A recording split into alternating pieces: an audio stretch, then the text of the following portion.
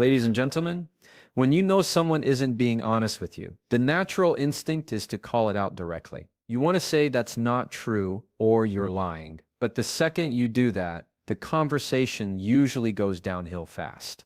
They get defensive, they double down, and suddenly you're in a fight about the accusation rather than addressing the real issue. That's why shifting the focus from accusation to clarity is such a powerful move. Instead of labeling their words as a lie, you step back and guide the conversation in a direction that makes them clarify, explain, or reveal more detail than they intended to in the first place. Clarity creates accountability. When someone knows you're going to ask them to break down what they just said, they have to think harder about their words. A liar thrives in vague statements, half-truths, and quick dismissals. They want to get past the uncomfortable part as fast as possible. But when you slow it down with questions like, "Can you walk me through that?" or "What did you mean by that exactly?" you force their story to meet the weight of detail. And lies, unlike the truth, tend to crack under that pressure. The beauty is you never had to call them out. You let their own words do the work for you. This approach also keeps you calm and in control. The moment you accuse someone, your emotions run higher and theirs do too.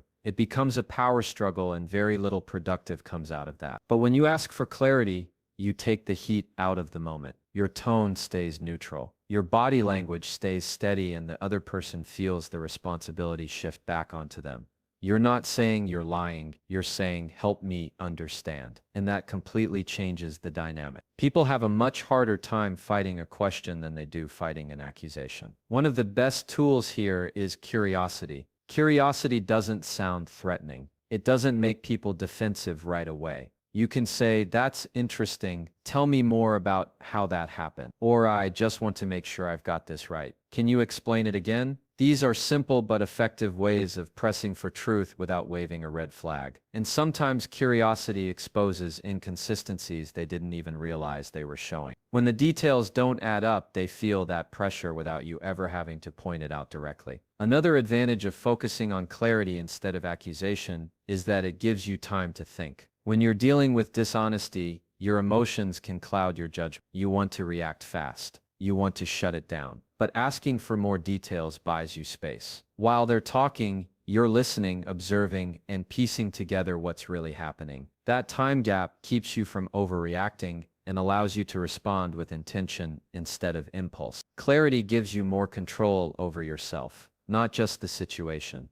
There's also something disarming about genuine follow-up questions. Even if someone was ready to defend themselves against being called a liar, they're not always ready to defend themselves against a calm, "Can you give me an example?" or "What happened before that?" That disarms their instinct to fight and sometimes even makes them backtrack voluntarily. When they see you're not out to corner them but to understand, the pressure shifts inward.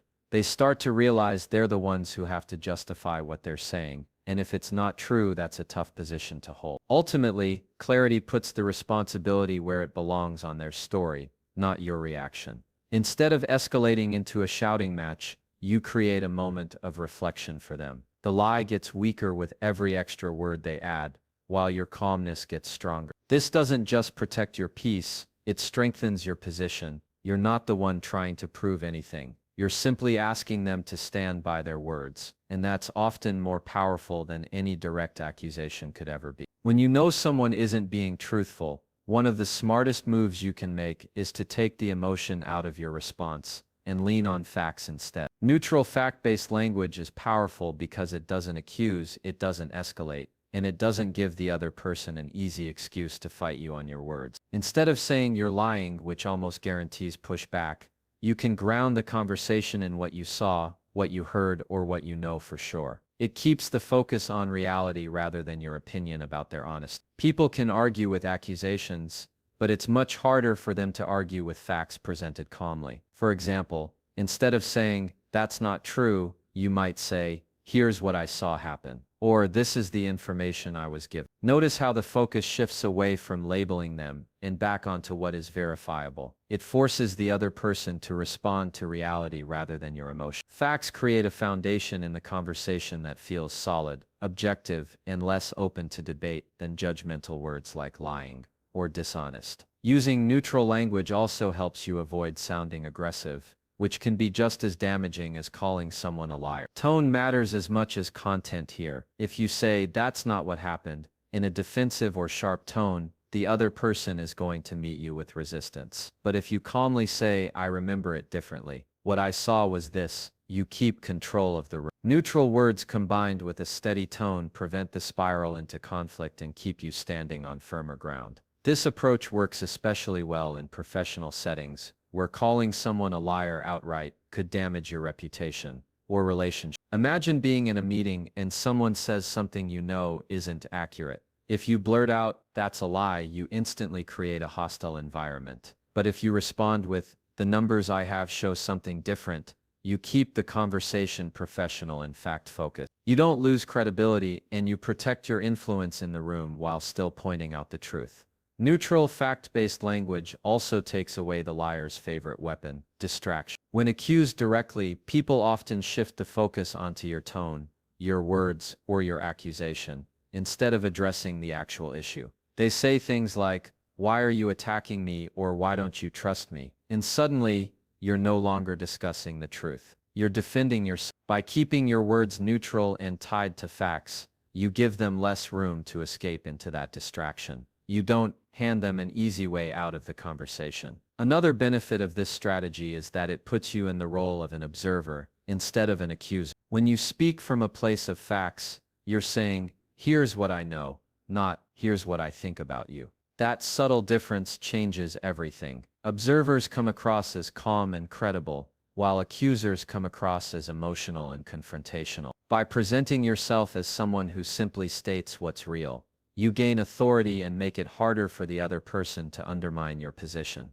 Neutral language anchored in facts also models the standard you expect. You're showing that conversations with you revolve around honesty, clarity, and evidence, not around heated exchanges or emotional attacks. Over time, people learn that you're not easily swayed by empty words, and you don't bite when baited with dishonesty. You show that you'll respond to untruths with composure and reality, not accusations and chaos. That steadiness is what makes others think twice before bending the truth with you again. One of the most effective ways to deal with dishonesty is to simply give the other person space to correct themselves. Not every lie is told with malicious intent. Sometimes it's out of fear, embarrassment, or even just habit. When you rush to confront or accuse, you take away the chance for them to step back and clean it up on their own. But when you stay calm and create a pause, you give them an opening to realize their words don't add up and adjust before the conversation escalates further. Silence can be one of your strongest tools here. Most people are uncomfortable with silence,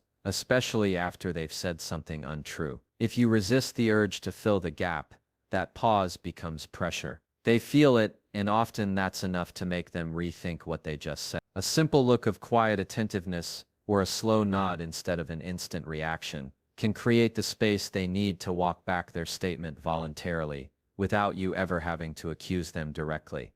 Another strategy is to repeat their words back in a neutral tone. For example, if someone says something that doesn't match the facts, you can calmly respond with, "So, what you're saying is," and restate it exactly. That mirror effect makes them hear their own words out loud, and sometimes that alone highlights the inconsistency. It's less confrontational than calling them a liar, but it still nudges them toward noticing that what they said doesn't hold together the way they thought it did. Giving someone the chance to self-correct also respects their dignity, which can actually work in your favor. When people feel cornered, they double down. When they feel they have room to step back without being attacked, they're more likely to take it. Instead of making them defend a false statement, you make it easy for them to pivot. This approach doesn't excuse dishonesty, but it makes honesty easier for them to return to without losing all of their pride in the process. Sometimes all it takes is asking a gentle clarifying question that encourages them to think deep. For instance,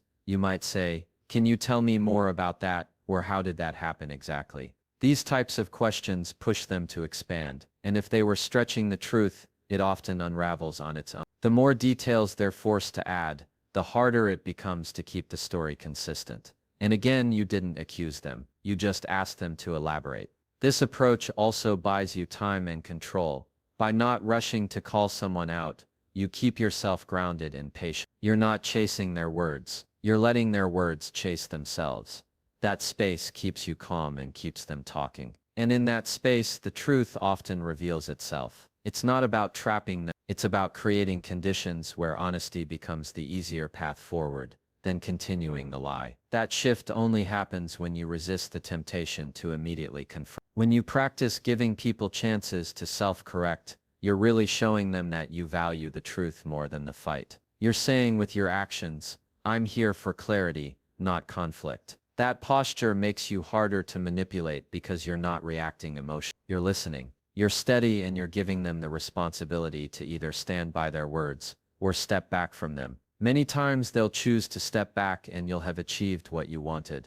Honesty without ever having to throw down an accusation. When you're dealing with dishonesty, one of the most important things you can do is set clear boundaries around trust. A lie, big or small, is not just about the words. It's about the break in the relationship.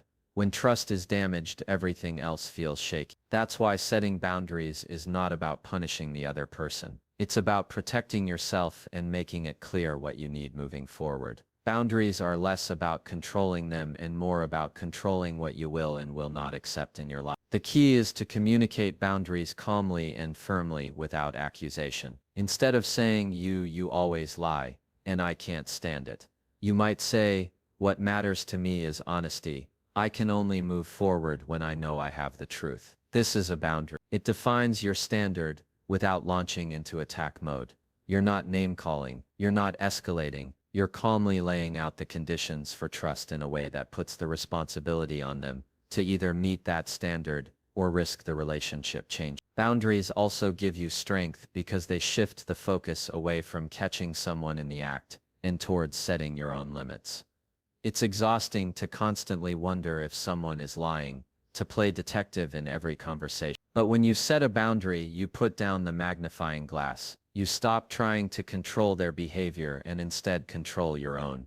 You decide, here's what I expect, here's what I accept, and here's what I don't. That shift takes back your power and removes the endless cycle of confrontation. It's also important to back up boundaries with consistency. If you say, I need honesty to continue this relationship, but then ignore repeated dishonesty, the boundary loses its meaning. Consistency doesn't mean overreacting or being rigid, but it does mean standing by your word. If someone breaks trust and you continue on as if nothing happened, you've taught them that your boundary isn't real. But if you calmly step back or limit the relationship when honesty is missing, you show them that your boundaries carry weight. Boundaries can be expressed in very simple ways. You can say, I'm not comfortable moving forward until I have the full truth. Or, I value honesty and without it, I can't make decisions with you. These aren't attacks, they're statements of fact about how you live. They take the focus off what they did wrong and place it on what you require. That makes the conversation less about blame and more about standards. And when you live by standards instead of accusations, people start to respect where you stand. Another benefit of boundaries is that they create clarity for both sides. The other person knows exactly what matters to you and you know exactly what you're willing to tolerate. Without boundaries, dishonesty creates a gray area where resentment builds but never gets addressed. With boundaries, there's no guessing game. They know dishonesty is a deal breaker and you know you've communicated that clearly. This clarity can either encourage them to change or reveal that they won't. But either way, you get the truth about the relationship. Boundaries around trust also protect your peace. Constantly confronting dishonesty can be draining, and so can ignoring it. A boundary cuts through the noise and keeps you aligned with your values. You no longer feel the need to argue about whether someone is lying, because your focus isn't on proving them wrong. It's on living within your standard of honesty. That mindset allows you to move through difficult conversations with more calmness, more clarity, and more strength, regardless of how the other person chooses to behave. When you realize someone is being dishonest, the easiest thing to lose control of is your own reaction. Lies feel disrespectful, they trigger frustration, and they can make you want to call it out immediately. But the problem is, when you lose your calm, you lose your leverage. Staying calm and controlled doesn't mean ignoring dishonesty, and it doesn't mean being passive. It means holding on to your composure so that you stay in charge of yourself no matter what the other person chooses to do or say. The way you carry yourself in that moment matters just as much as the words you choose. Your tone, your body language, and even the pace of your response all send signals. If you raise your voice, roll your eyes, or jump in too quickly, you give the other person an opening to shift the focus from their dishonesty to your reaction. But when you slow down, breathe, and keep your tone even, you remove that escape route. They're left with their words on display while you stand steady, unaffected by the temptation to explode. Calmness is not weakness, it's strength under control. It's easy to yell, accuse, or get sarcastic. Anyone can do that in the heat of the moment. What's hard is to maintain composure when you feel wronged. But that's exactly what makes it powerful. A calm response tells the other person you can't be baited into chaos. And it shows everyone around you that you know how to handle tension with clarity. The calmer you stay, the harder it becomes for someone to manipulate your emotions or spin the situation against you. Staying calm also gives your brain room to think. When emotions spike, reasoning drops. You stop listening, you stop processing, and you go into reaction mode. But calmness slows the whole interaction down. It gives you space to observe what they're saying. Notice the inconsistencies and decide how you want to respond instead of blurting out something you'll regret. Control in your body creates control in your mind, and that shift lets you guide the conversation instead of getting pulled into their game. One practical way to stay calm is to use pauses. Silence can be more powerful than any accusation, because it makes the other person fill the gap. Instead of rushing to correct them, you can let a moment of quiet sit between their words and your response. That silence communicates patience, self-control, and authority. It shows you don't feel pressured to react immediately, and it often makes them more uncomfortable than if you had exploded. Pauses give you back the advantage, without a single word. Another method is to separate the person from the behavior in your mind. Remind yourself that their dishonesty is about their choices, not about your work. That mental separation keeps you from taking the lie personally, which is what often fuels anger. When you focus on controlling your own presence rather than trying to control their actions, you keep the power where it belongs, with you. Calmness becomes a shield, allowing you to stand firm without being dragged into their storm. The more you practice staying calm and controlled in moments of dishonesty, the more people learn they can't shake you with manipulation. They may still choose to lie, but they realize quickly that lies don't control your behavior. And when dishonesty no longer gets a big emotional reaction, it loses some of its power. You show with your presence that honesty is the only way forward, not because you yelled it, but because you modeled it.